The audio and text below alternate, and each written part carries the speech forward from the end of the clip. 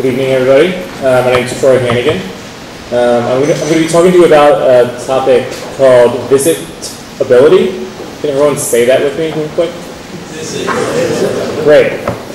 So we're all familiar with this, right? This is the Philadelphia row house. We all know the red brick. We all know the traditional details, the front steps, and the porches. The row house is quintessentially a great place for anyone in Philadelphia of any family size to live. However, it also has some inherent flaws and features that make it difficult for people to live, especially for seniors and disabled individuals. Living in row homes and even visiting just friends who live in row homes can be difficult. Our friend Frank here doesn't walk anywhere. He rolls along in his wheelchair. So when he gets to his friend's house, he can't go in without losing his dignity, his pride, to have someone carry him up the steps to visit his friend's house. Front steps also have another issue, right? Nancy here is carrying a heavy luggage. Kate's trying to get her son in a stroller out the front steps. And they don't make all-terrain strollers or steps, right? So there's a solution for Kate, for Nancy, and for Frank. It's called a zero-step entrance. Pretty simple, right? Everyone's welcome. It's a smooth transition from outside to in. It provides a barrier-free entrance for guests, residents alike. And the zero-step entrance is one component of something larger. It's one component of visitability. Visitability is 3 criteria: the zero-step entrance, wide doorways and hallways on the first floor, and a first floor half bath. It is important to note that visitability is not accessibility, nor is it ADA. It only applies to single-family homes, not apartment buildings, not hotels, not businesses, not parking garages. It's not universal design or adaptive modification. Visitability is 3 criteria for new construction of single-family homes. Just making that clear, so that your friends and family can visit you. I recently conducted a study as part of my graduate work about visitability. I interviewed 10 residents throughout Philadelphia living in visitable homes and asked them a series of questions about how they live, what the benefits are of these 3 features, and also look at the design aesthetics of their homes. My research identified these 4 benefits of the zero-step entrance. Most of them are obvious. The one I want to point out is the child safety. One thing I went in not really anticipating. One woman said that her child, she doesn't have to carry their bikes down the steps.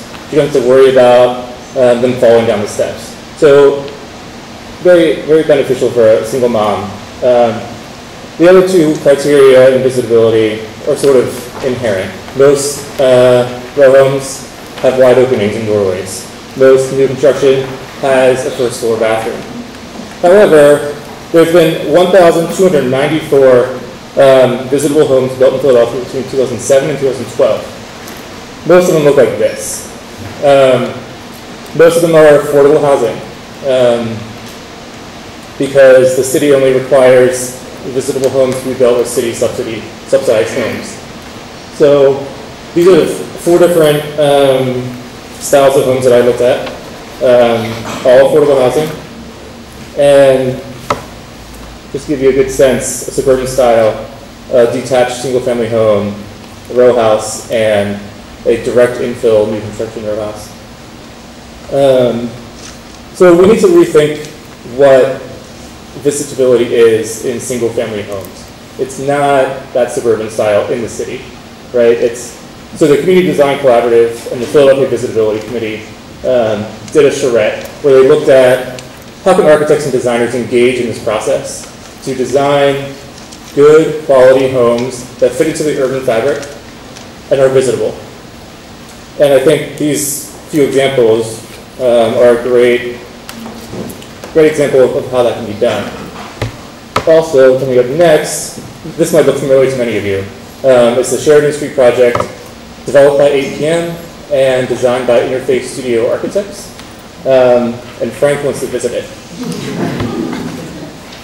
It's won numerous AI awards, numerous community development awards, and I think it's a great example of how architects can engage in this process and make visitable homes great.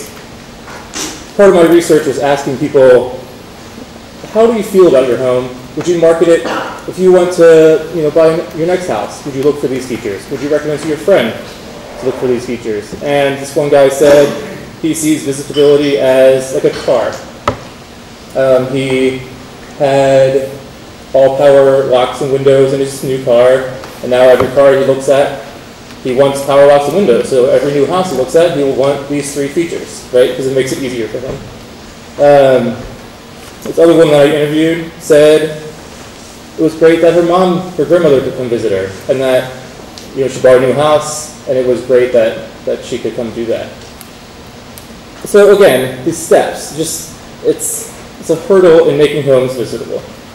I believe that what's next for Philly is to expand visitability to create a sustainable and inclusive approach to housing development.